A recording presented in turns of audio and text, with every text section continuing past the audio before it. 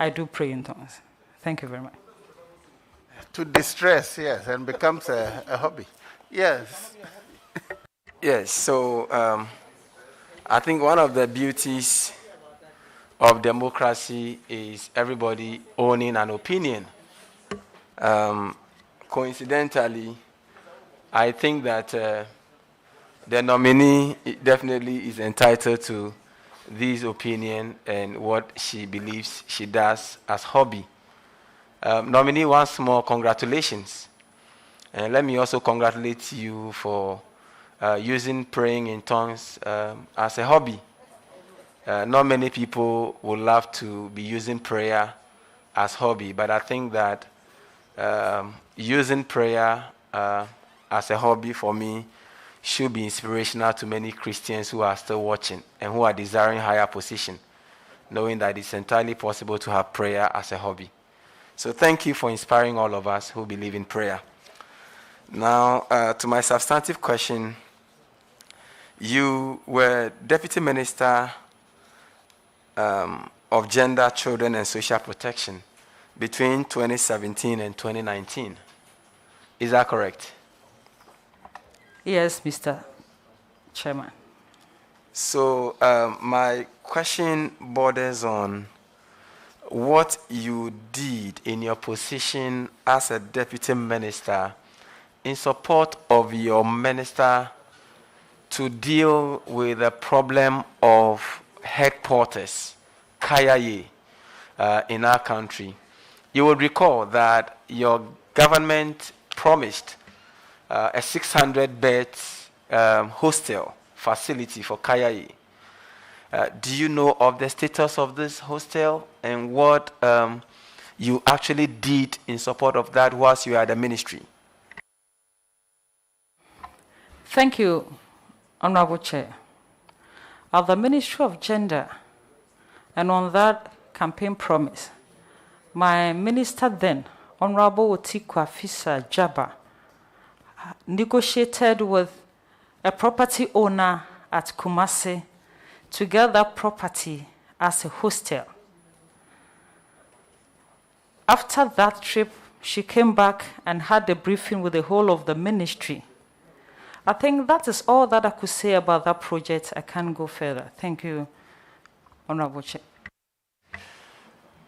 Very well. The menace of teenage pregnancy is on the ascendancy. You are going into the Ministry of Education as a deputy minister. What would you do to reorient our students so they would not become victims of this menace as we now know them? Now when you travel to, particularly in the central region, part of central region, teenage pregnancy is becoming too much of a problem. And a lot of our young people drop out of school as a result of teenage pregnancy. What would you do to change the trend? Thank you very much, Honorable Chair. The Ministry of Education, in collaboration with Ministry of Gender and that of UNICEF, have had a policy which they call sex education.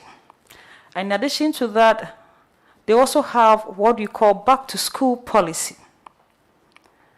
With this policy, what we're doing is to ensure that the child knows what all that she needs to know so far as her reproductive cycle is concerned, and also educate the child about what you do to get pregnant and when to get pregnant. And then if all these counseling do not work and the child gets pregnant, then we get in a system where the child is not stigmatized and she can confidently come back to school. Most often we prefer to come back to the same school so that even though the child didn't take all the steps that we put in place to prevent teenage pregnancy, but the child had been pregnant and had delivered successfully, the future of the child is still important. So we have this back to school project that the child is encouraged together with the teachers and the community to get back to school. As a quick follow-up, because you mentioned sex education, do you support the comprehensive sexual education policy as in the form in which it was introduced, particularly where it exposes kids to certain level of sexual exposure and also to sexual orientation that many believe is going to lead to issues of same-sex marriages and gay rights activism? If you do not, why don't you, and can you share your opinion with the committee? Thank you, Honorable Chair. That document and that news item that was all over about comprehensive sexual education was a document not for the Ministry of Education, but it was for the donor partners. And then once it's concerned children, then the Director General was supposed to preface it so that it's sent to stakeholders, and then we talk about them together with our values and our culture. We see that once that after discussing with them where to take it and where not to take it. And then it became an issue all over. For the kind of documents that was, or information that was in there, sort of introducing our young ones into some sexual exposure against our culture, per our constitution, I disagree. And per my tradition, I disagree. And being a Christian, I also disagree because the Bible speaks against that. Thank you very much for that assurance and restatement of that position. My very last question has to do with manpower, teachers. Just last week, there were a number of teachers who were on this premises raising all kinds of concerns, particularly with respect to their promotion. My understanding was that after their examination, there was a system-generated message that told them, that asked them to come to the GES headquarters to enable them verify their results.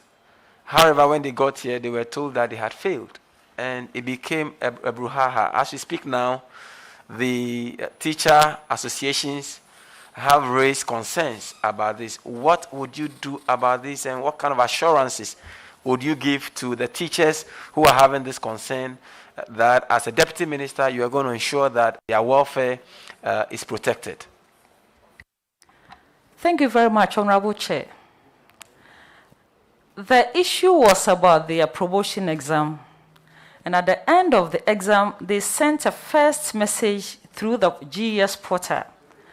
And the message was, congratulations, come with further particulars for verification. And then the next day, the same portal sent another message. Sorry, you were not successful. As human beings, we find it difficult to accept bad news. So that message was also sent to a number of them. And then the system was shut down. From the Ghana Education Service, who were the owners of the portal and the examination, and that of teachers as well, I inquired. And it was the IT system that gave them problems. So they communicated to the teachers individually, this time not on the portal, for those who really passed, to know that they had passed. To give some explanation, there were 3 sets of messages that the IT was supposed to send. Congratulations, and then for documents and clarification, and then sorry, better luck next time. But the IT team, for some reason, sent only 2 messages, and that brought about the issue.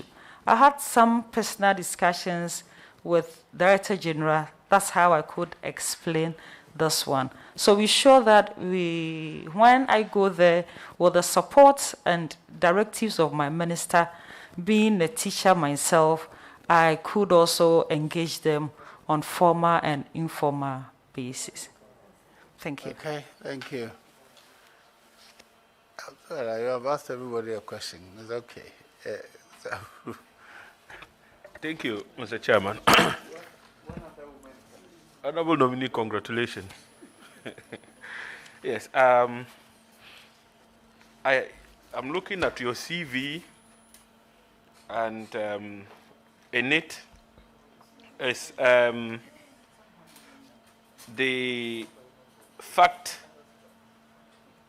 of having served as Deputy Minister responsible for education with responsibility for TVET. TVET.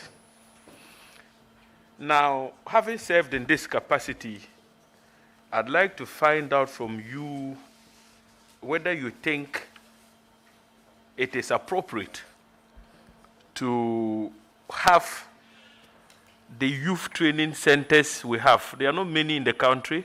I have one in my constituency, the Sandema Youth Training Center. And the question is whether you think it is appropriate to have these schools under the Ministry for Youth and Sports, given the fact that there is a whole division under the Education Service called the Technical and Vocational Education Division, which is seized with the responsibility of the implementation of technical and vocational education at the pre-tertiary level. Thank you, Honorable Chair. With the government's TVET transformation agenda, we were able to pass 2 bills concerning the transformation. That was the Education Regulatory Bill, which is now an act, and Pre-Tertiary Bill, which is also an act. These 2 acts are there to facilitate or augment the education TVET transformation agenda of the government. In Ghana, we have about 19 ministries having various forms of skill training institutes under them. And these ministries, because teaching and learning are not their core business, they usually don't have enough budget. So in that transformation agenda, all the skill training institutes under all the various ministries per the act are supposed to be under under Ministry of Education. And in the Pre-Tertiary Act and the Education Regulatory Act, we're going to have another service, that is TVET service, to ensure that the already established Ghana Education Service under one Director General is not going to be burdened, so that we have another Director General for TVET service to take care of all these institutions. Before the year end 2020, after the bill, my minister then, Dr. Matthew Pokuprempe, asked me to meet heads of all these institutions to know their point about this bill, which was then not an act yet, to know what we're doing so far as technical and skill training were concerned. So we had a workshop. He gave me the power to meet all of them, and we had a lot of discussions.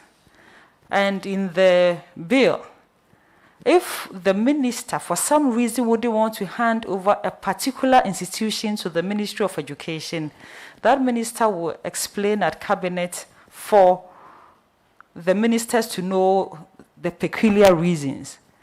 Other than that, all the other institutions are coming under the Ministry of Education. Thank you very much.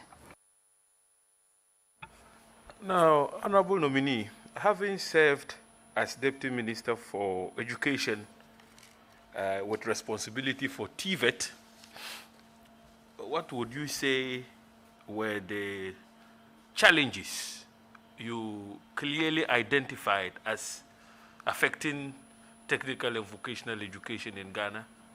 And how did you help to address those challenges? Thank you very much, Honorable Chair. The major problems that I found out was the way we see technical and vocational education. Parents will prefer their children who, in usual terms, you consider not being smart to attend technical and vocational school, and those that they think they are smart should attend the traditional secondary schools. And for that reason, nobody wanted to do the TV because they think that the reputation there is low. Again, technical education is expensive. The regular education, you just need a building and you run in courses. But for technical education, quality technical education, as the President of the Republic wants us to move it, is very expensive. But the expensiveness of it, the government is working so much at that, and we are improving quality of technical schools with buildings, with infrastructure, with equipment, and also with training of instructors. So that one has been done to some extent, but the perception is what we're working on. And with the perception, the ministry together with the CODVET, which is now CTVET, had a program that we say that my TVET, my life.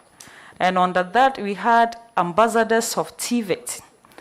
These ambassadors, they have a wide age gap. The principal ambassador was, or is the First Lady of the Republic, Mrs. Rebecca Akufo-Addo, as a principal ambassador. And you have people like Ochiame Kwame, Sifakan, Becky, and others. These are the people that on the social media, they have a lot of followers. And most of them too are practitioners of TVET.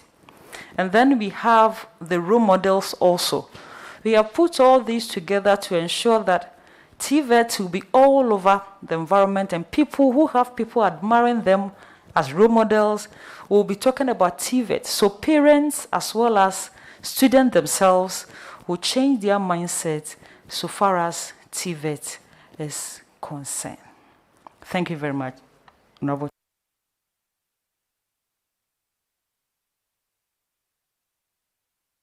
Thank you very much. Very well. I'm ignoring the ladies because of what happened yesterday. So, yes, Honorable Sweeney.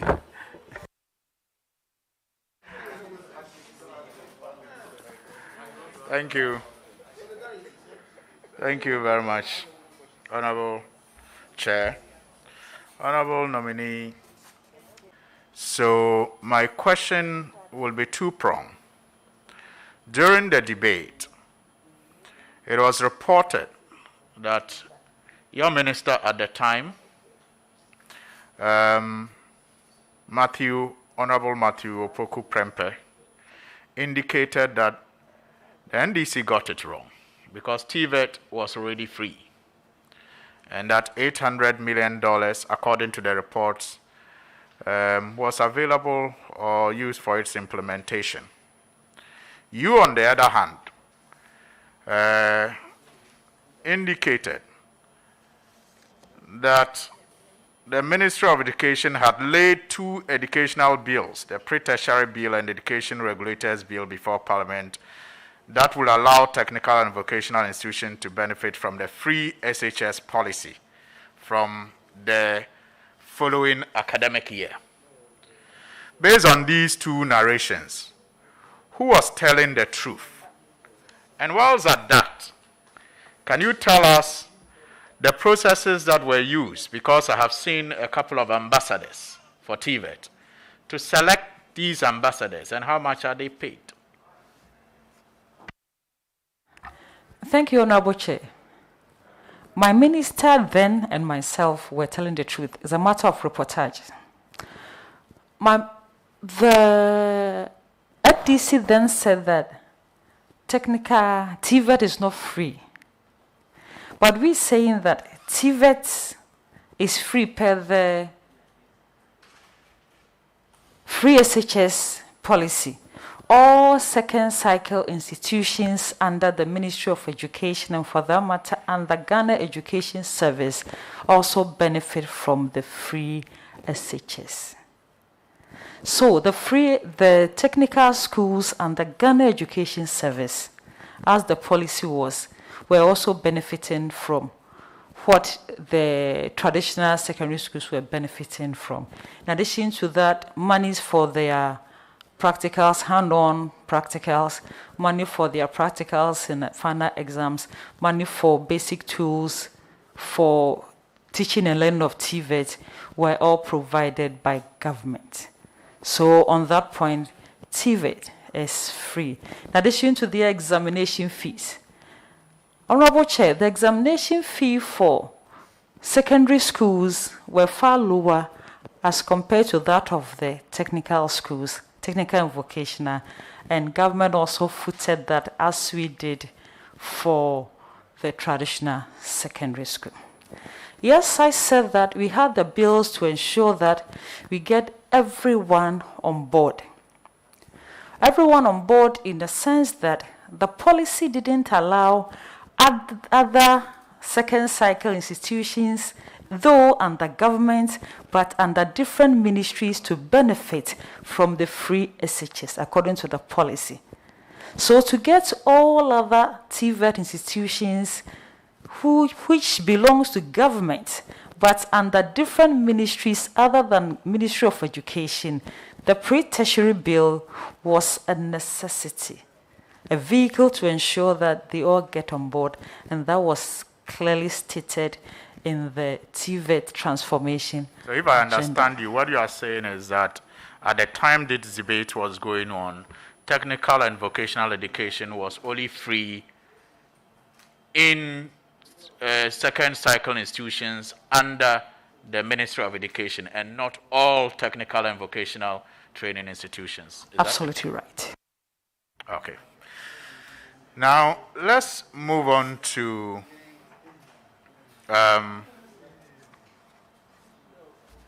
local politics, your constituency, your last primaries. You first contested primaries from the classroom, a teacher like myself. But your last primaries proved to be very expensive. According to CDD's Corruption Watch, you distributed to 150 delegates. No, in fact, more, but you got 150 votes. But you distributed to more delegates 1,500 Ghana cedis each, and a flat screen TV. 1,500 Ghana cedis and a flat screen TV to each delegate. When you were contacted by Corruption Watch, you admitted giving the 1,500 and TV to each delegate, but said it didn't constitute inducement. What do you make of the argument that politics or the race to occupy political office is becoming a reserve for people with big pockets, which does not augur well for the fight against corruption in our politics? Thank you very much. I said it didn't constitute inducement because nobody was induced. I am an MP who visits her constituency every week, provided I'm in the country. I don't have any official assignment. So needs of constituents cuts across. That was the answer I gave them, not admitting that I gave this or that. I said that the need of constituents cuts across. And there are many instances per their need and per their terrain. I provide too many things for them. For primaries, you and I know how our primaries are. And for issues about primaries, anything is possible. Thank you, Mr. Chair. This report was very categorical. You admitted, and I think they did it with some recordings, you admitted that you gave each delegate 1,500 Ghana cedis and a flat screen TV. And it is surprising that you say that it was not inducement, because only in 2016, when you were contesting for the first time from the classroom, you accused your opponent, that was Victor Smith then, of giving some of your party executives 1,000 Ghana cedis to induce them. 4 years on, you think 1,500 Ghana cedis and flat screen TV, it's okay in our politics? Thank you very much, Honorable Chair. Honorable Chair, I never contested primaries with Ambassador Victor Smith. So when you talk of primaries here and you talk of general elections here, Honorable Chair, I can't understand the comparison Nominee, he's I trying to wasn't make. talking about primaries. I was talking about inducement. And you consider 1,500 and flat screen not to be enough to induce people 4 years after you accuse your opponent in a general election of attempt to induce people with 1,000 Ghana cedis. That is when you were first coming from the classroom. Thank you, Honorable Chair. 2016, during the general elections, I wasn't coming from the classroom. It was 2016 March, that I came from the classroom. And I've never accused Ambassador Victor Smith of giving money. Never. That's okay. This discrimination against some female, all right. I'll give you one each. And is it okay? That was my second question. Oh, you have done about 4. When I was leaving, I gave it to you before I left. When I was leaving, since I came, you have done more than 2. Yes, Honorable Zare. Okay. Thank you very much, Mr. Chairman. Mr. Chairman, you know, you and I have a special relationship, but today you are threatening to. No, I need to celebrate my former Vice President, the Honorable Nominee. Sorry, Mr. Chairman, thank you very much for the opportunity and welcome. Congratulations. The Honorable Nominee and I were in Cape Coast University together in Valco Hall. She was my Vice President, Hall President. So you should allow me to say a few words. Congratulations again. Thank you, Honorable. My first question, Honorable Nominee. You know, as women, we are all women, and we've all found ourselves in this environment of being legislators. I have an overriding passion for the education of the girl child.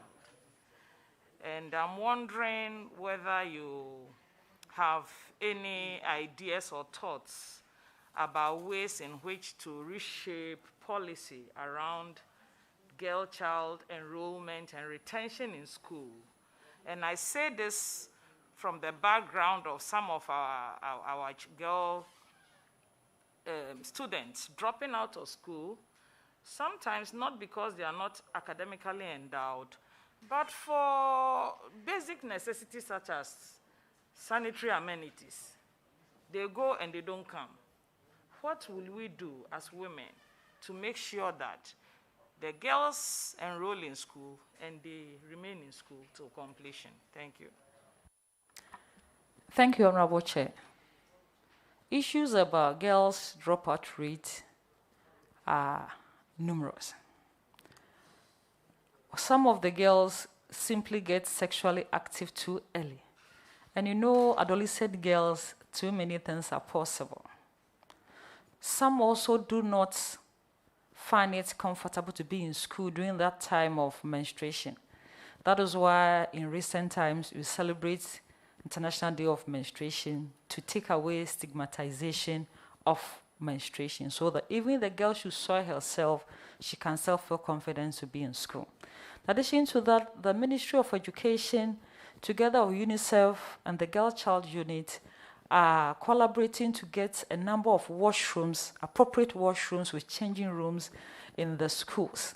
Because research proves that most of the girls, the nature of the urinal that we have in our schools, when you are in your menses and you use those urinals and the next person goes there, you feel embarrassed. So getting modern washrooms together with changing rooms are keeping a number of the girls in school. With sanitary pads or sanitary materials, there are issues that we're moving along forward and backwards. And about 3 years ago, on the International Day of Menstruation, there were 2 young ladies from KNUST who had made sanitary pad with banana peels and others, which special business initiatives supported them. Unfortunately, I left the gender ministry, so I can't speak of what have become of them and where are their products. So there's a lot of collaboration going on. On the other hand, with the reusable sanitary pads that the donor partners were supported us to develop, the question is, how well are you going to be sure that the reusable sanitary pads are washed well? If they are not washed well, they're going to have some infections. And the disposable ones are also expensive, that supplying them always is also one other school of thought. So we're still brainstorming, the Ministry of Education, the Ghana Education Service, and our donor partners, how well we're going to make this possible. But in my own corner, even this year, the International Day of Menstruation, I supply my constituency with huge quantities of sanitary pads through the girl child unit. And again, to keep the girls in school, again in my own corner, I've had a small club in my constituency that I pick the girls from primary 4 before they become sexually active, to psych them, to know what is ahead of them, to give them role models. Thank you very much. Thank you very much, Mr. Chairman. And my final question, still in the area of retention in school, I will share some data with you from the East Gonja municipality where I come from. In 2016, 28 females across from primary JHS to SSS dropped out of school due to pregnancy. In 2017, 41 of such cases were recorded. Honorable Chair, please kindly take your time so that I pick the data to talk to that. Thank you very much. Sorry, what do you mean by you are writing them down, or? I can give you the data. I'm not, but I didn't get her first figure and then she mentioned the second figure. Thank you very much. In 2016, 28 females dropped out of school from primary JSS and SHS due to pregnancy. In 2017, 41 of such cases were recorded. In 2018, we recorded 43. In 2019, 27 such cases were recorded. And then in 2020, 59 of such cases were recorded. Many parents, and especially their mothers, get very emotional about this development. And anytime we've engaged them, they have attributed it to the in-out schooling system that we have, the double track. They claim that when the girls go to school and they come back home, by the time it is their turn to return, they are found pregnant. What do you think I don't know whether this data, you have this data at the Education Ministry, can do to ensure that the double track system that is being blamed for this situation can be regularized on time, so that students will go to school, stay in school, remain in school, and finish school. Thank you very much. Thank you, Honorable Chair. It's interesting. Honorable Chair, talking about double track and teenage pregnancy, the data is incompatible. When the students complete BC, they stay home for about 4 or 5 months. And if they could stay home for that period, they don't get pregnant. Why then do we say that the free SHS, the in, out, brings about a pregnancy? That one, Honorable Chair, it can be the main cause. Issue about bringing up the girl child, everybody is involved. And once we speak about the in, out is the result of the pregnancy, the girls will continue to get pregnant. But between JHS and SHS, they stay home the longest period and they don't get pregnant. So that can be the reason why they are getting pregnant. Again, even if you have those numbers, when you compare those numbers with the total dropout from BEC to SSC, I would say that the free SHS, being it a single track or double track, is much more beneficial than it used to be. Thank you very much. All right. Chairman, it's important to clarify that the period between when the JHS graduates stay at home and go to school, they are not registered students in the database of the Ghana Education Service. Thank you. Please, 1 minute. If you want to ask a question, I'll give you. If you're coming to talk, yes. Thank you, Mr. Chair. Honorable nominee, congratulations. Just want to know your view about this, because you were working both ministries. You were in the ministry before, gender, children, and then moved to education. School feeding, the quality of the food that is meant to give children a decent meal. What are the monitoring mechanisms that are used to make sure that they have the right nutritional value and is decent enough for your child and my child to enjoy? Thank you. Thank you very much. Honorable Chair, school feeding, the mechanism in place, it's such that it should be well monitored. For instance, the caterers report to the heads of schools, and then we also have the CISOs, usually previously called the CS. And then we have the education director himself or herself to ensure that the right things are done before they certify that they should be paid. So all these systems are there. So I'm expecting that all these group of people who are not political would ensure that the right things are done. And for my constituency, I occasionally visit them and I taste the food. I don't even announce to them that I was going there. So the kind of food depends on our individual and sometimes our individual attitude. Because you visit caterer A and the food is good, and you visit caterer B, it may not be too good. That's why you have all those structures. So the structures are there. So as MPs, let's all encourage these individuals to do the right supervision for us to get the worth of the government's money. Thank you very much. Thank you. But you also know that very often, though it's not said, the cooks are along party lines.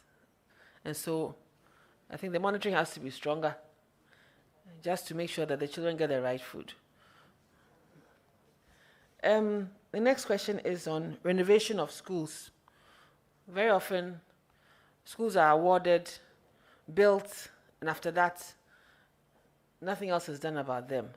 What do you think can be done in the ministry this time around?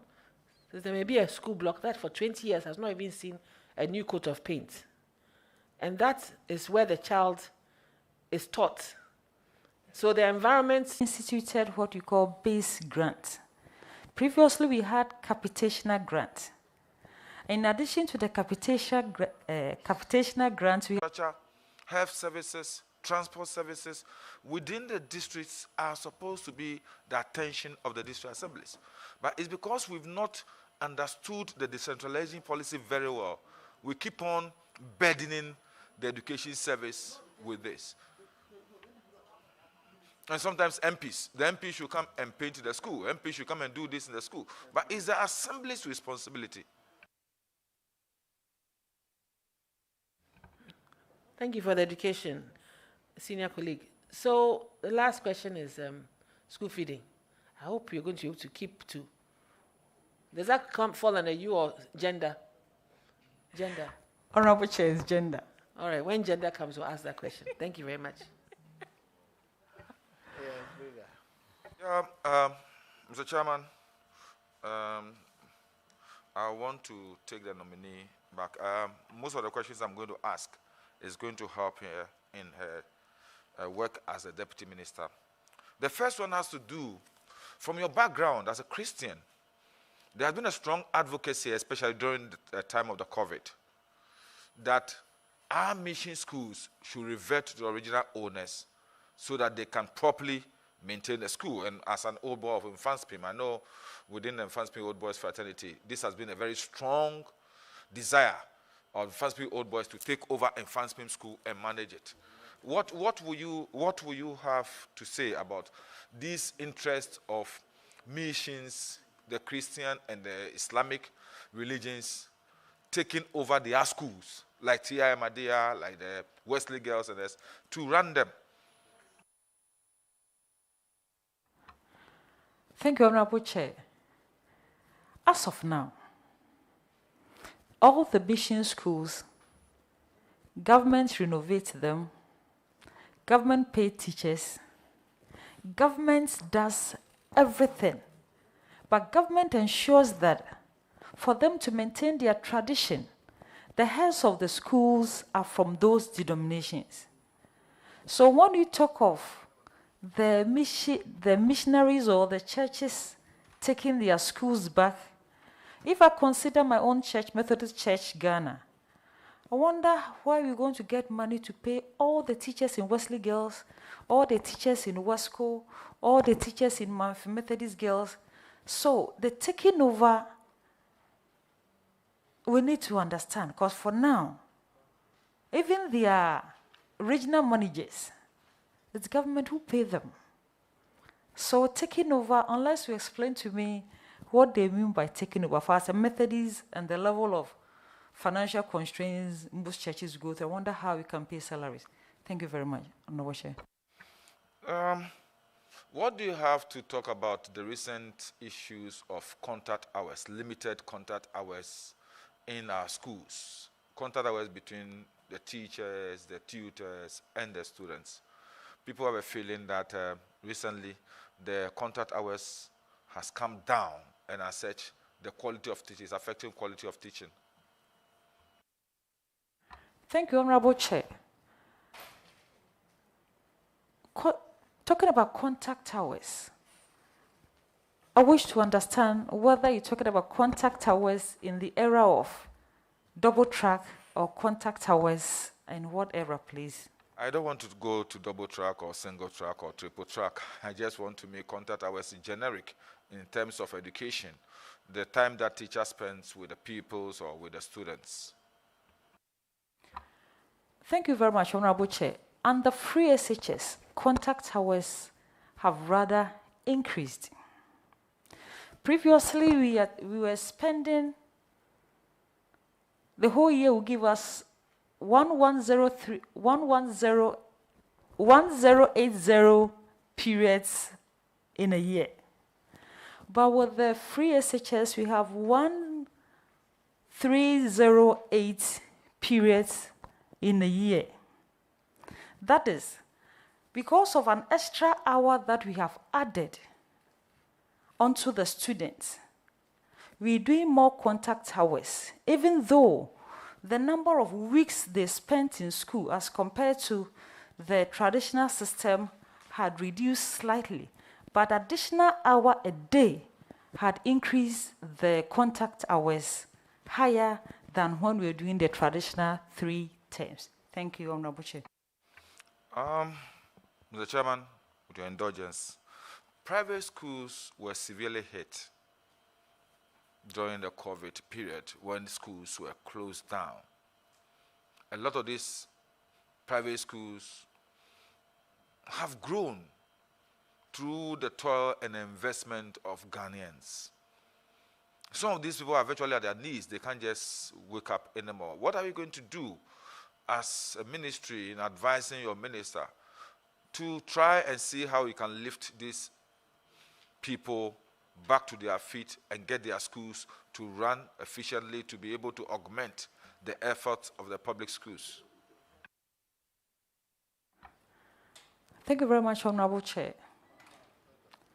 During the COVID era, there were some incentives given to some private enterprises, and the private schools were not left behind. Thank you very much. Can you give me just about, in figures or percentages, how many private schools were supported in that period? Thank you very much, Honorable Chair. For the figures, I cannot, but I know, according to my former minister then, they wrote letters to the president directly, and the president referred the letter back to the minister, and they have associations. They held meetings, and some packages was given to them. That one I know, but the numbers, Honorable Chair, I can't give the numbers. Honorable Chair, as you go into the ministry with your colleague, my very good friend, Reverend Fojo, two Reverend Minister and Reverend Madam, going there to support Dr. Bichum. I just want to, from the Association of Private Schools, only 0.01% were supported. So they've made an appeal, and I want you, as Reverend Ministers and as Christians, I want you to see how best you will support them. Let me go to the issue, very important issue, and I'm saying this coming from your background. When I was a child, the most potent education unit for me is the counseling unit. The counseling unit. And I believe most of us who are here had the benefit of the counseling officers from the GES coming to the schools.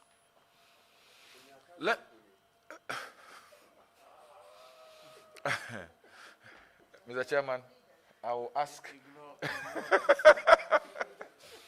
Madam, what do you think we need to do to revive the counseling unit of the Ghana Education Service? Because in the days in which we are today, you agree with me that our children need a lot of counseling. Thank you, Honorable Chair. A lot has been started already. There's much counseling inculcated into the 4-year B.Ed curricula that we have developed for the teacher education unit. The teacher education unit that the colleges of education used to be 3 years with the diploma certificates, where every teacher after diploma wants to get a degree. Now it's degree straight away. So every teacher is given a lot of training in counseling. And the school systems, we also trying to strengthen the counseling unit through the professional development system that we've put in place under Ghana Education Service, where teachers are given training intermittently in service training to work on the counseling. Thank you very much. The next has to do with affiliation fees. Private universities are complaining about the huge sums of money they pay as affiliation fee to be accredited by the regular universities. Is there anything you think the ministry can do in order to alleviate their suffering? Because it says sometimes they have to pay almost about $100 per student. You know, yeah. So equivalent of $100 per student. So what do you do? Thank you very much, Honorable Chair. I will discuss this with my minister. And again, in the Education Regulators Bill, which is now an act, that prolonged affiliation was dealt with. The affiliation does not go beyond 3 years. It's in the Education Regulators Act. And GTEC is working to ensure that it doesn't go beyond that. Thank you very much, Honorable Chair. My last I think my sister has disposed herself well, but let me go to the very touchy issues that is contributing to our high volumes of unemployment in the country. Almost every university is churning out graduates in the humanities. What do you think we need to do with our educational curriculum, especially at the tertiary level, to make the sciences and the technical subjects the priority of the universities instead of the humanities? Thank you, Honorable Chair. In the TVET transformation agenda, equipping all the technical universities is paramount. And as of January 6th, 2021, 10 of the technical universities had received very much improvements in their laboratory and workshop equipment. Our second cycle TVET institutions are also receiving facelift with modern equipment and modern way of teaching together with ICT. Many more are benefiting from different interventions, workshops and laboratories together with equipment, and also all our MVTIs are also receiving facelift, classrooms, administration block, workshops with modern equipment, as well as vehicles for instructors and some training, together with curricular improvement, together with pedagogy. All these will, together with the ambassadors that we have, and with the awareness that we're creating in TVET as part of education, many more are seeing technical and vocational education as a way to reduce youth unemployment and poverty. When I go to the Ministry of Education, the number of students in our various TVET institutions were quite low. But this year, most students chose the technical courses themselves with very good aggregate. So gradually the awareness is being done, and we wish that with the kind of investment government is doing at TVET area, all of us should be advocates to attract a lot of young people into these areas. With TVET, so you are self-employed. So, Mr. Chairman, will you be a lead advocate in saying that schools like UNER, UHAS, KNUST, and the rest should focus on their science and TVET and stop offering the humanities? Thank you, Honorable Chair. In the Education Regulators Bill and all the university bills that we passed last session of Parliament, universities are given niche areas so that every university will take charge of a particular program, not doing everything. And in so doing, I'm sure you're going to regulate the humanities and get what we have invested in. Thank you very much. Mr. Chairman, thank you very much. Let me say this, my comment. I have a lot of respect for the nominee since she entered Parliament. Her human relations have been perfect, and I want her, as she goes to the ministry again, to continue to exhibit those qualities. She's a good role model. Thank you very much, and I wish you well. Thank you very much, Honorable Chair. Honorable nominee, I'm bringing the curtain down. Honorable Suhini says that he wants to Thank you. state something. Thank you very much, Yes. Mr. Chairman, for indulging me. My last question that I asked the nominee, she emphatically said that she had never accused the then candidate of the NDC, that is during the 2016 general elections. I just want the records to capture that she was speaking at her campaign launch at Ochim Osiem in the constituency. That's the North, Abuakwa North constituency, and disclosed at the Mammoth rally that Victor Smith had said he will buy all the NPP executives so that he could snatch the seat from the NPP, and truly he had started doing so. This is after she had accuse him of giving 1,000 Ghana cedis to 2 of NPP executives to lure them to join his campaign. I just wanted the Very record well, to this capture is that. a Thank you. report you're reading. It's not a matter Yes, of fact thank you you. can speak to. Yes, Honorable Minister, Deputy Minister, I see from here, your CV, that in 2014, you get best WASI results in biology. What does that mean? That you were a teacher of biology at that time? Thank you, Honorable Chair. Yes, as a biology teacher in Akosomo International School, I was teaching biology and integrated science. Thank you, Honorable Right, Chair. and your class got the best biology results, right? Exactly so, Honorable And Chair. the same year, you won the hardworking teacher of Akosomo International. You won the VRA Corporate Silver Award in 2015, Best Teacher VRA Schools 2015, Best Cambridge Teacher 2015, Meritorious Work Towards Development of GAST. GAST is Ghana Association of Science Teachers, is that right? Yes, Honorable Chair. Very good. So you have a sufficient experience in transmitting biological information to young people as a teacher. But you inspire me with your discussion as TVET, Deputy Minister in charge of TVET. What I've seen and what I've experienced is that TVET is investing in a lot of the things you do already.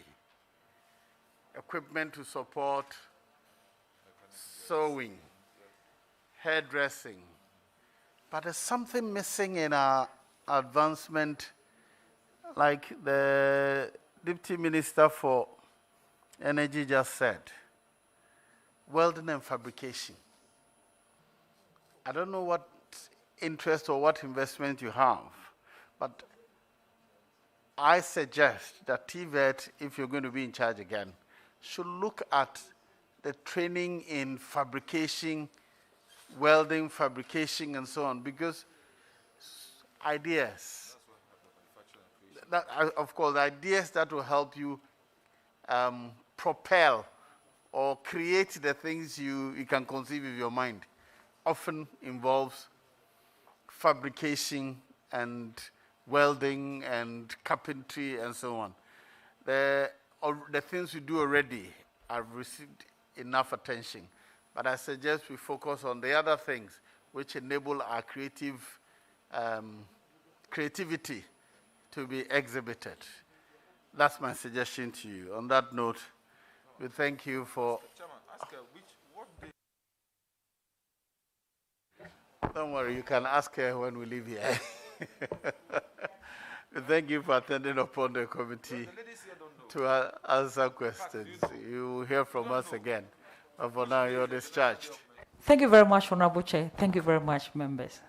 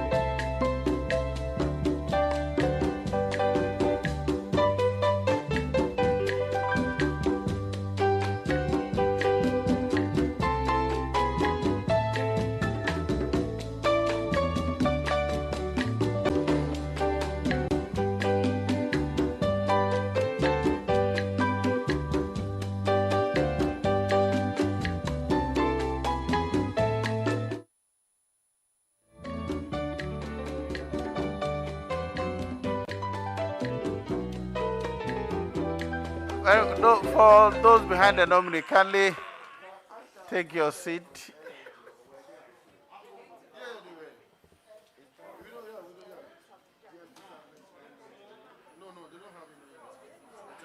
Well, kindly administer the oath now.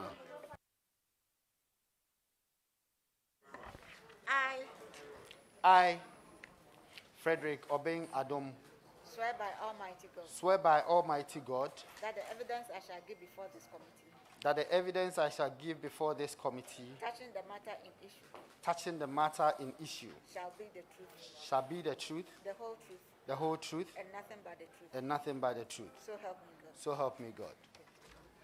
Good luck. Thank you.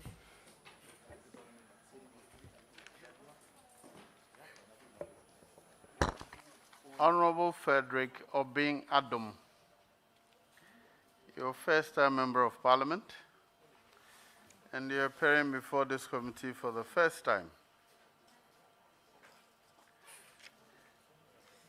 There is no evidence on your CV that you've worked in public service apart from national service.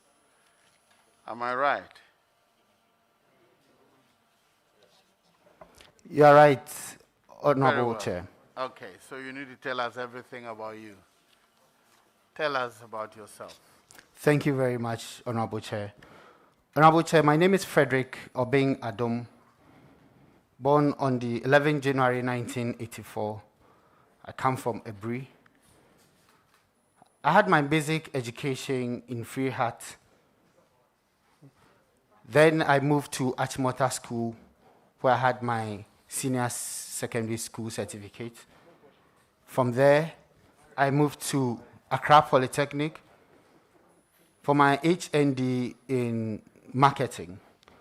I went through Ghana Institute of Public Administration for my first degree in marketing. Then from there, I moved to the University of Ghana, Legon, to have a master's in geoinformation science. From there, I had a certificate in the Ghana Technology University. Mr. Chairman, Honorable Chair, I have worked with FONAC, a private firm which a sole proprietorship business I established. From there, I also work with Surveying Precision Markets Limited with my sister. I have also been a farmer, and I'm still a farmer. You're a farmer. You're a farmer MP. Yes, please, I am. What do you farm? So I do cassava, I do pigs, and also cocoa. Oh, you're a cocoa farmer. Yes. How much Honorable is cocoa? Chair. How much is cocoa selling today? Cocoa price as at now, I don't have it off head, but I know it's around close to 600, a little over 6 Per what? per bag. Per bag? Yes. Are you happy with the PBC and cocoa board as cocoa farmer? So far, once I'm a cocoa farmer, so far as I'm a cocoa farmer, I would need an improvement. So, Chairman, the nominee CV, page 1. As a January 5th, were you member of parliament? I see January 2021. 5th January, were you the member of parliament? I'll do a correction on that. So you admit that there's something wrong somewhere there? Yes, Mr. Chairman. Why haven't you shared with chairman and this committee the committees of parliament you serve on? You have record of that? I have records of that. I will update it. Where is it in your CV provided for? I will provide that. You provide that one too. Chairman is coming. Tell us now which committees you serve. I serve on the committee on the House, and I serve on the Committee of Energy, Mines and Energy. Energy and House Committee. Chairman, can I proceed further? You are going to Ministry of Transport. When we were in secondary school, we learned the means of transport. You want to share that with us? You can travel by which means? Thank you very much, Honorable Chair. We we can travel by road, sea, and air. Thank you very much. The Thank you Honourable very much. Minister is here to support you. There were those who didn't understand when your government promised that there could be an airport in Cape Coast. Do you share the view?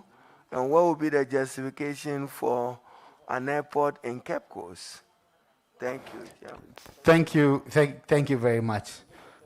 We all realize that one of the major tourist sites are in the Cape Coast area. So it is quite very prudent to have an airport at Cape Coast. Between dualizing the road from Kasua to Cape Coast and having an airport, government has to take a decision which of the alternatives do you favor? Thank you. Which of the, can I have those alternatives, please? We either do a dual carriage from Kasua, 4-lane road from Kasua to Cape Coast and return, or an airport. If you were to advise your minister to take a decision to save government money, government cannot do the airport and at the same time the dualized road. Which of this would you opt for? Thank you very much, Honorable Chair. I believe all are very necessary.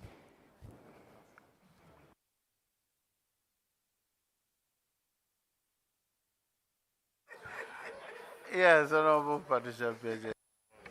Thank you, Honorable. Dry dock has been in existence from 1958, and it's served the sub-region for quite a number of years. And due to its condition, the current state now, it's not in a very good shape. I will, in consultation with my minister, make sure that the Tema shipyard and dry dock is revamped to serve the sub-region. Thank you very much. Do you think it's a good idea to have a home-based carrier airline? And if so, what are your reasons for this? Thank you. Thank you very much, Honorable Chair.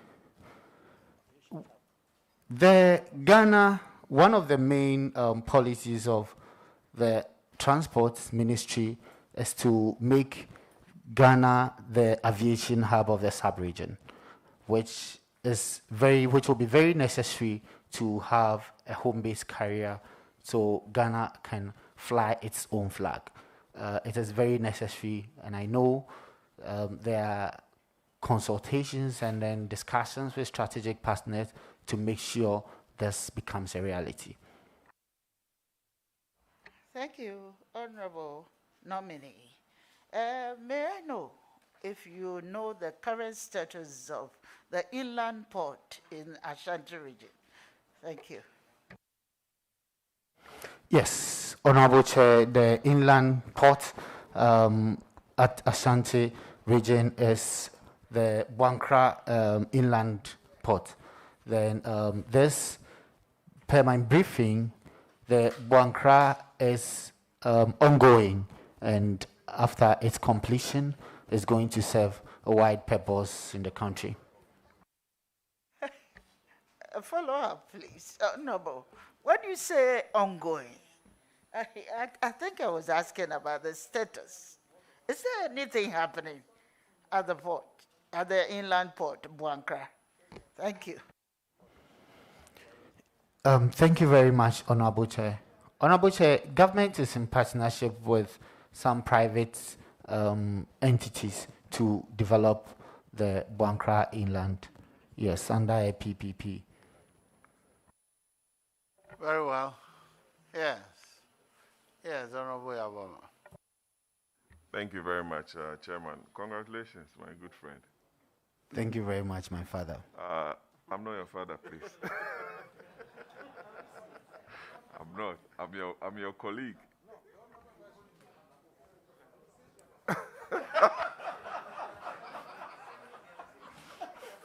Honorable, why are you scared? Are you scared? Are you scared? Eh? Oh, you could be a father. Yo, Michael. Let's proceed. Yes, Honorable Member, proceed. Very well. I believe the Ghana Maritime Authority is one of your agencies, or it's going to be one of your agencies. You're aware of that? Yes, please. So you've been briefed on the activities. I have been briefed. Can you share with us some of their challenges and what you assist your minister to do to remedy those challenges? Thank you very much. Honorable Chair, the Ghana Maritime Authority, one of their major challenges has to be with the surveillance of the safety of the port, which is very key, and the safety of the high seas. So the major thing to do in making sure the seas are safe is in the hands of the Ghana Maritime Authority. So we would have to have consultations with, collaborations with some entities like the Ghana Navy to make sure the safety is in place. Thank you. Chairman, Okada, when you go to the city of Accra, Kumasi, and all the urban centers, at every vantage point, you find no less than 10 motorbicycles of able young men and women undertaking that business. I recall Honorable Muntaka, prior to the 2020 election, read a statement on the floor, and it became a very topical issue during the elections. Have you thought about it with regards to the safety of our youth engaged in that business and the policy reforms that you advise your minister to undertake in that regard? Thank you. Thank you very much, Honorable Chair. Honorable Chair, Okada has always been with us for a long time, but the situation now is about its commercialization, which is being barred by the law. And so as at the moment, the Okada commercialization is not legal. However, we will not be blinded about its operation, in which we find in the country. I know there are some stakeholder engagements about whether to go ahead and legalize it or not, but as it stands now, it is illegal. Chairman, the last question is on the Upper West, Lower West Achim, or Upper West Achim. Adesu has a lot of farmers. Biggest tourist sites. So developing the road the transportation Would you say network. Central Region instead of Cape Coast? Central region, so very well. Central region. So developing the transport networks to these places, I know, would be very important. So having an airport there is a priority to make sure that it improves tourism. Thank you. I was very happy when you said you took briefing before you came here. Sunyani Airport. Work on Sunyani Airport started long ago. What is the status of the Sunyani Airport? More importantly, when are we flying to Sunyani Airport? Thank you. Thank you very much.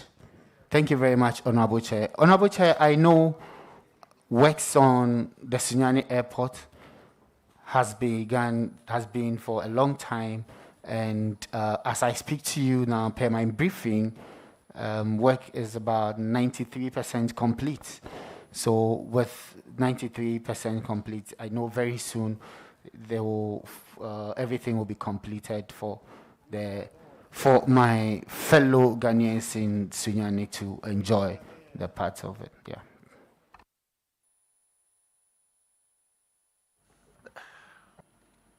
Accidents on our road. among all the things that has been said about accidents, drivers driving long haul without stops contribute to these accidents. What are you going to do to ensure that drivers get some rest on their road to long journeys? Thank you. Thank you very much, Honorable Chair. Honorable Chair, the issue of road and road accidents is a matter of collective interest. It is not a singular thing to talk about. So, per my briefing, there's been an interministerial committee set up by the President to make sure we have an effective control of these ones to avoid road accidents, to curb road accidents. So the National Road Safety is having a campaign from last year dubbed Arrive Alive. With the Arrive Alive campaign, this is to make sure the drivers take cautionary and precautionary measures on the roads. And I know on the highways also, I know per my briefing, there are consultations going on with stakeholders to have rest stops on the roads so that drivers can rest when they are tired. Thank you very much, Mr. Chairman. This is not a question, but to add that when you are doing this project, remember the Ministry of Tourism, Culture and Arts, because there's a project like that so that you work together to ensure that it works. I wish you all the best. Thank you very much, Honorable Chair. Yes. Thank you very much. Mr. Chairman, Honorable Nominee, what is the core mandate of the Ministry of Transport? And what vehicles exist as we speak today through which the ministry can achieve its objectives? Thank you very much, Honorable Chair. Honorable Chair, the core mandate of the Ministry of Transport is to make sure to effect transportation in the country, to make sure.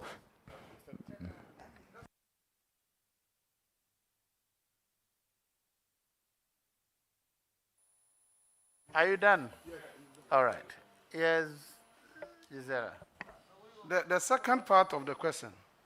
I thought you said you were done. I'm giving it to another person. So it's okay.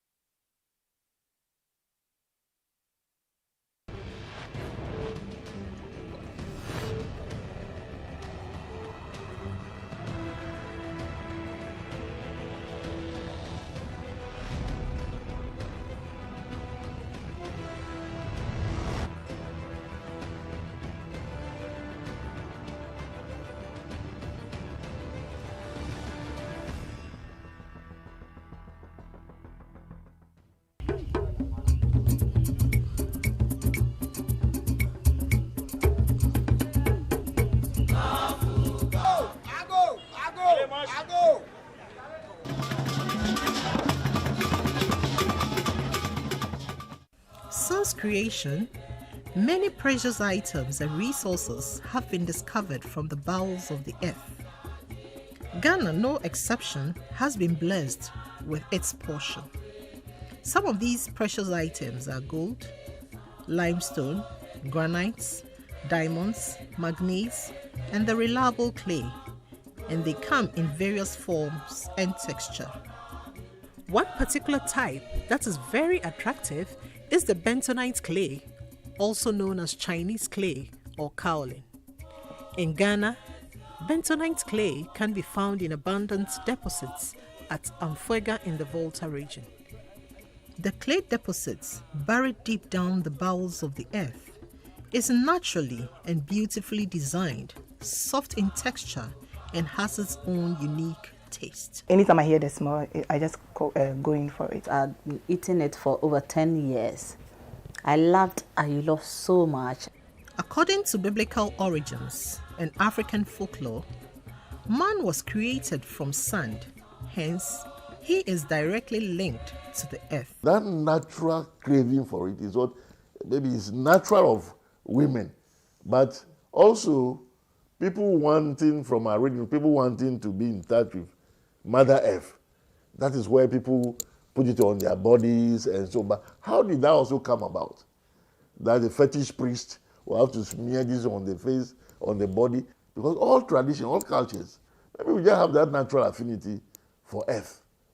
Okay, for clay and so on. It's where we come from, and we always want to be associated with it. Ayilo ye can have one me ayilo boni eji akani ye ni ye game okusu na wona akani ye mfen ni ye damoshike ha omanye damoshike ha kunim yeli damoshike ha kron femu no Edumoshi, ye like a few kadi baba o. So boshiri dia.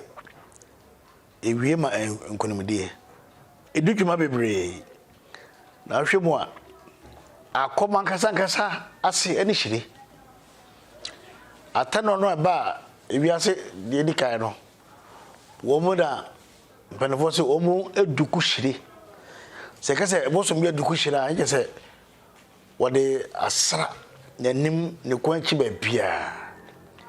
And the soko abosufie kaka talo ko bi tie kosua asuo fie bia hire de ayade a ne se pa okra. E de ye adwuma free adopa ko se dwumbre enkanka da bone.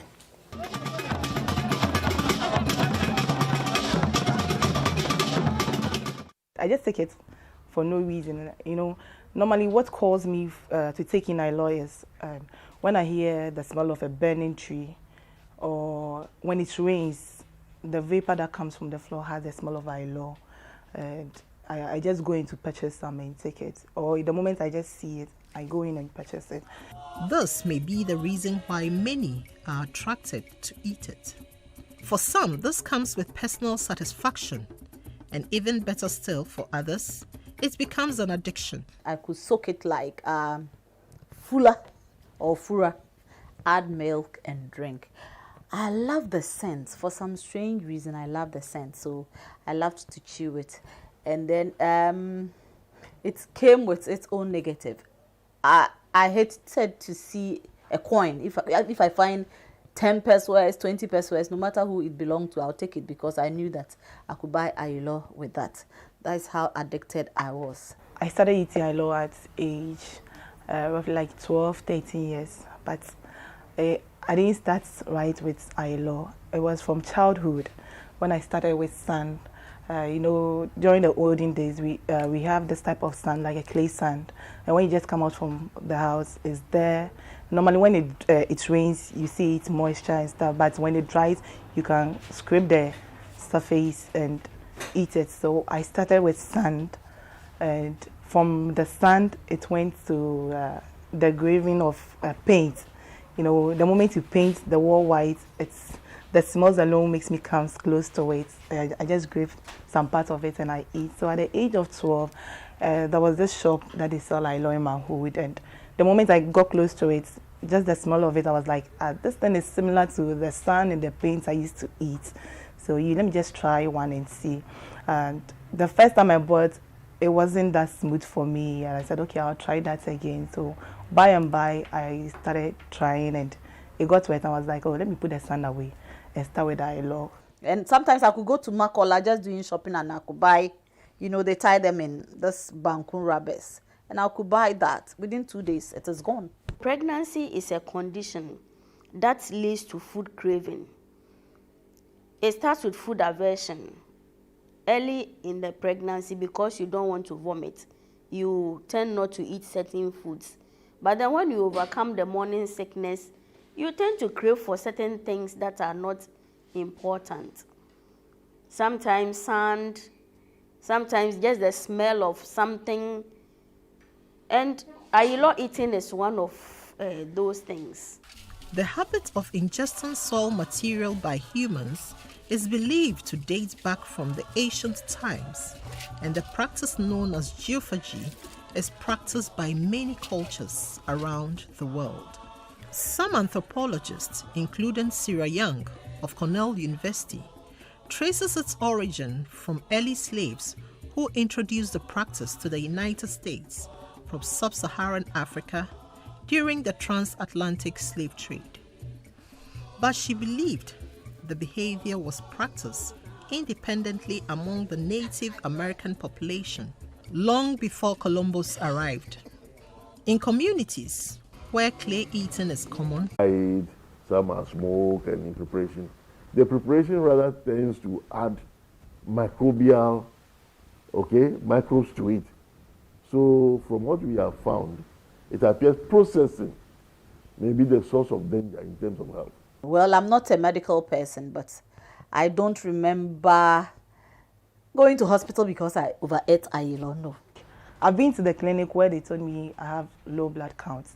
That's the only thing I could say about me eating ayilo, but I've not seen any effects on me. Though I learned it's not good, it creates so many things in the system. Because we do not have a formal way in Ghana of producing the bentonite clay, we have crude methods, and these crude methods introduce all kinds of toxins like lead. Then other heavy metals, we find them in our soils, would come into the clay. And when you consume those kind of things, the problem is that the likelihood that there's buildup of something like lead or heavy metals in your system would lead to cancer. The other things are you can have intestinal blockage, because it's almost like drinking cement. You are building up piles and piles of sand in the intestinal passage. And the intestinal passage, you realize that it's concertinaed. There are corners in there. So you have all these building up in the corners, and it causes, you see somebody who takes a lot of clay, has constipation, they have very painful bowel movement. Some of them have hemorrhages because they have to be pushing on the anal cavity, and then they have these hemorrhages coming out. For the pregnant woman, the uterus already is making the woman have heavy weight. And that is something that also presses upon the structures down there. So sometimes easing yourself daily becomes a problem. And then you eat ayilo, which dries up water from the feces. And then you are not able to go to toilets as frequently as you will. So in the long run, you tend to strain when you are moving your bowels, and then you get hemorrhoids. What our local people call cocoa. You get some growth, the blood vessels get ruptured, and then there are some growths coming out from the anal area. But beyond the medical risk, kaolin has more uses than the danger of ingesting it. When it is ingested in moderation and controlled, kaolin can be used for medical purposes. It can be used to treat severe to moderate diarrhea, severe dysentery, and cholera. It is sometimes applied to wounds to help stop bleeding. In some preparations of medications, kaolin is used as a base support. Well, kaolin is mostly a substance in most anti-diarrheal medications. And even traditionally, I know when I was growing up, my grandmother used to grind guava leaves and mix it with the kaolin as enema for somebody who is running diarrhea. I read somewhere that it was medicinal, so I bought an olonka of it, got it into powder form, and I have portioned it in such a way that anytime one of the kids said, oh, she had a problem with the stomach, I just mix a little water and give it to the child to drink. There has been evidence of people using it in some form of tablets or capsule for medical reasons, in terms of, let's say there's a toxic, you have somebody drinks in a toxin and you want to mop up the toxin, they give them activated charcoal, or they give them some form of clay to take out the toxin. And then in sites of wound infection, so you have a wound and the outer covering of the wound, they put it there to help take out the water, the fluid buildup from the wound. In traditional folklore and culture, there is also a place for kaolin from birth of a person to the final resting place. Throughout the various rites of passage, kaolin is used. Among the Fantis, it is known as Shro. The Akans, it is Shle.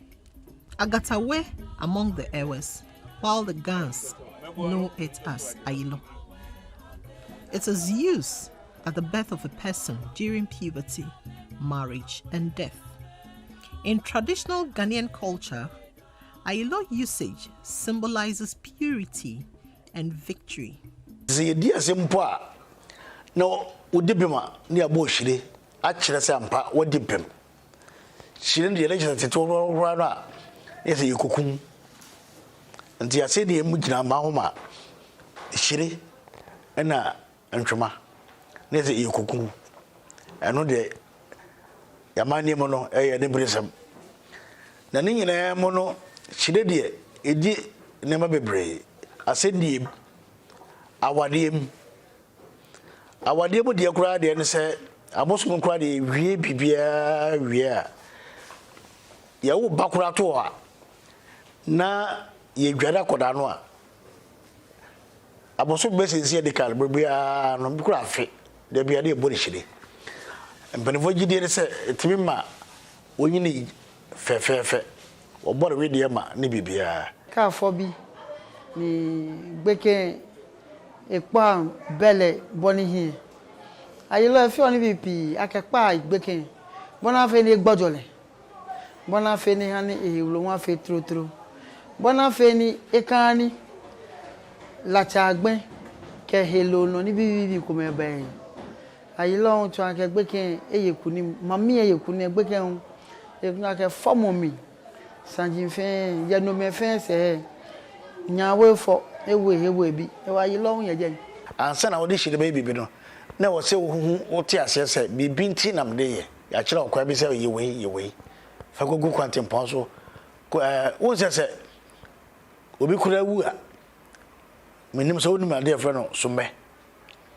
twa be se nkono na de shire twa ho nyina hia wo wu mbodo kane so kwa wo se obi wu a na ma mpelifo no kwa ase a na adwira ahina soanchi ni nyina na mpanifo yin pefi nti sade ma nyina de hire twa ho hia na ma ne bi wo hira nkaka se konfo kora no biko na etwadwan na ne tini na ne ne ho baabi na eguo na efunu ndaworo eguo de mu nti ni nyina no ye amane ne suba ye bosa ma hire de edidwon bebre.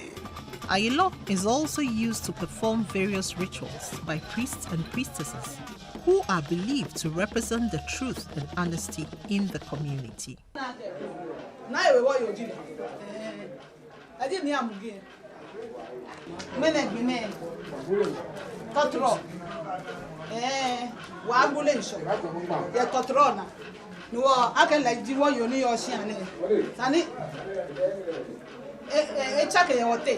Ka fe kusun Ayilo eyan ya ko ba ngma Ayilo ni no jo o he samo opo iha na heni oje Ayilo won wo ke kadi owo he ye wo jan chemate ke wlo ma te aka yilo kadio ke okwe wo ye noko huni fata ye lohi na chole nchuma no husuni shinu achulu ni neke nchuma ne ayeshian feni ameke nchuma chuni shi me pote ko me amame ma yilo shi ame no ni wo ma ye ni wo ma wa yilo ye ame nchuma ame ma ye na me peji me ni chuna ka no ko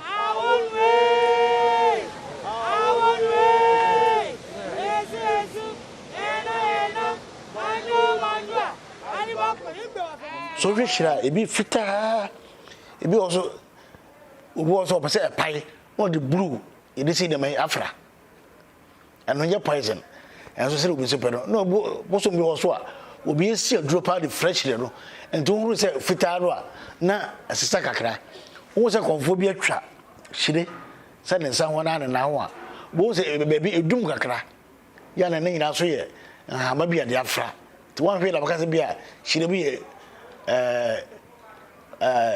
ahamuna ya so no so ana baby ya so bia na enuro na edeye ke onamofemu ni enma yilo no na lenyo ye hina ke etuase ke ni se bia be mo pele ni pele ayilo ma ni mo femu ni je be mo edamo pele ni di wogan obuade wo yue mo ke wo jamo ke wo no fe no pele ni ka na me ni etra ya me hina wana le ta le nyu alo eten be otu bi ya ma metra le kokro eten ni ka na me ni nka me ke nchuma ni je tulu enma alo ameketa be dantu ke akon cheme ama me use nchuma keta be pie akon cheme amegma yilo enyo shame ke nchuma wote eke no meje okadi ni wo kamo ko pa yilo ka je won ke se ke gba hefe ni bi enyo pani eko awole tumi na ba jile alo ko yeyele ni ye ochile mi pa yilo ni tamo ekusun fe mo efe o manje no ni je enyo ke lumoko tun ese eko e mancheko alo wlomo alo woncheko tun ese na fe kusun agbe na apa yilo ambu yilo bi tumo etenke mo gbe pa o kona na ke kusun na me fe efe o manje na yilo fo mo won aba fo yilo kusun gbe na ye na ke fo yilo ka fo yilo agbe na no aba we sisi eke ya tele sisi ba ya bu o kusun gbe jan lo to ni yilo e ko mene. Kaolin possesses unique physical and chemical properties which makes it suitable for use in the manufacture of a variety of industrial products such as paints, paper, ceramics, and pharmaceuticals. There are medicinal uses for it in terms of skincare. We use it for eczema treatment. There's also people who use it for to firmen their skin. It stimulates the formation of collagen, so your skin looks younger and firmer. And in this whole phase of face creams and face masks, you find them a lot in our face creams and our face masks, and also in some of the cosmetics that we use. It can be a powerful detoxifying agent which helps suck out impurities such as dead grime, excess oil, and any type of pollutant that clogs up on the skin.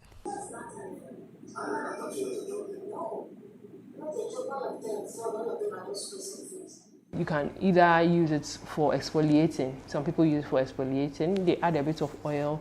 If you have a lot of pimples on your face, you can use as some form of exfoliating for your skin. It helps to firm up the skin too. So instead of eating it, put it on your face. When you finish, you wash it off.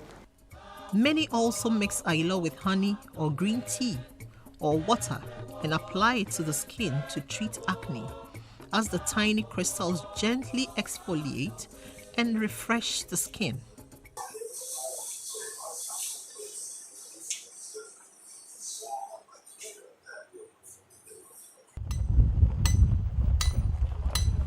In Ghana, the kaolin also known as Ahilo or shales, are mined mainly from Amfuega in the Volta region. Deposits are also found mainly in 3 towns, Tokome, Adame, and Agata, located northwest of Ho in the Volta region. It is light gray, locally pinkish brown, and iron stained. Kaolin reserves at Amfuega is estimated at 2.4 million metric tons, according to the Minerals Commission. It is a natural resource, very dear to the hearts of the people, and permit is needed to go to the sites for the deposits. Permission is sought from the gods and ancestors for safety. No back puede, doña ba, otro, iba do, open up pekuli, double cover yo wachung, no wachung, ne ganeva, ne dodi, ne nye dogan, de ikahi, miano, wawalefi, makanye bedi, me ibo, kabale gadio, nefa faneva, a high, never train, The people of Amfuega has been mining this for over 100 years.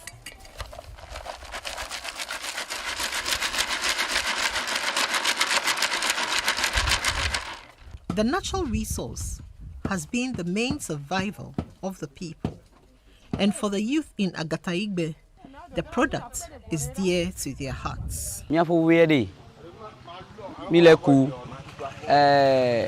Mi collègue peut mi anu vide amo kui ko ko jo de school amo kui ko do sono fe amo cho ole ku albe nu mi le wi onye be no kui le kan ko me di baro te fele la un sen avole mu maton ka de o kemi ochi afeme aucho aflawu again kumansi Nigeria we ovana oba fele albe mi agbo le fi ewi me le asiho le mi agbo ka ke no ku edo again ola asiho le me ewie ewa anu gede no ko ju ida flaula ko wana paint chalk we ta enabe elasi ko le fimi akemia ogbola ile ku abe manpower albe eya enabe dede no miunte. This is the economic mainstay of the people, no doubt about that. But I don't expect that we have our little ones, children below the ages of 16 and co engage in this. No, that is one thing that we have to do. When we do that, then of course we are looking at how do we therefore enhance the activities of the elderly ones out there. 2, therefore, they should be form or find themselves in cooperative groups. You know, you are better able to deal with people when they are in such organizations or groups. One major concern of the business, however, is the safety in mining. These miners risk their lives by trekking deep down the pit of about 300 meters and more without any protection just to make a living.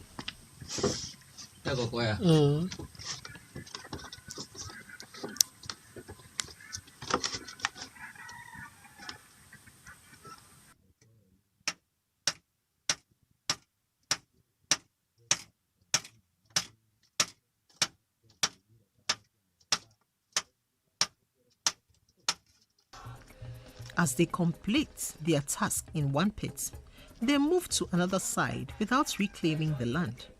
This has brought devastation to many homes as some of the miners lose their lives. Let me to Messi Bay, a dolila, a ya, a dena funemi, ta na oide, a tuomela, o maton awado a day, even 10 minutes. A jabena do tala. Enu miwe ne ozube mi tuo mechela enu ne mi le do wa ne eduo le week chela eton kana efuomi edo lila ameton chieme ta challenge mi omi have na le etuo me mi ne mi ku tefere emi pobe ele week la mi da silen nya ba lu dora fi bubu ne kemi ele week ne me kanya la me de ko ele abe eho ni nine na me ne me ka no me de o alors me mele me monoko ange ta ane ya chele siguela anai di ko anto angele do kwesi no ngela ange jeme anai abe efe ton fe nela fuma beti agbobo sen agboso In all these, there are taboos associated with people who go to the mine. It is not only red outfits that are barred from the mining site. Menstruating women must also not go near the hills.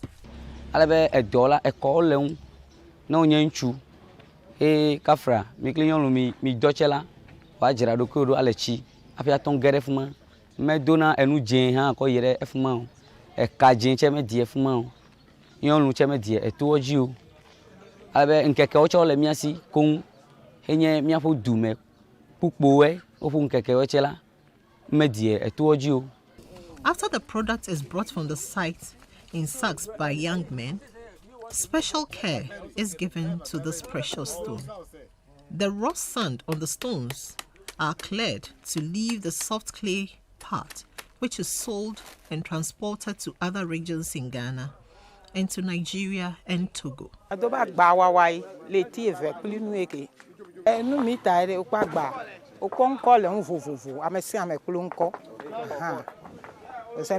customers know omu Togo. Tia omu puebra Ghana mo beton. And the ton 100 Ghana. Say amu to so a hassle. Yeko catch omu say so ye to so amu say. O say omu to adi ente nya adi ambe to me ato. Trading in Agatawe has benefited many people in the community and their families. And this hard work pays off if enough quantities are traded. Me Juma we 27 years. Any onuna me defie me nkoda. Any me busi anyina. Nyame boa me ma si dan kakra so a. Juma bia sa wo ye onkasa wo boaboa ho a. Wo service kakra. Etena se unya ho di so a. Wo badidi. But of interest to the district is how best this can be sustained and regulated to benefit and develop the entire community.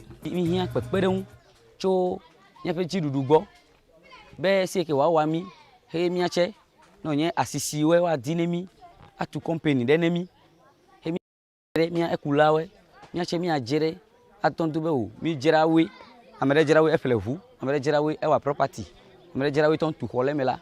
Ya akademi le be na weche o meton wa evu do chela, no oku weche la ocho tu ho. Weche nde la si o be no unsen vola si o meton ka toji yo la. Nde le weche si.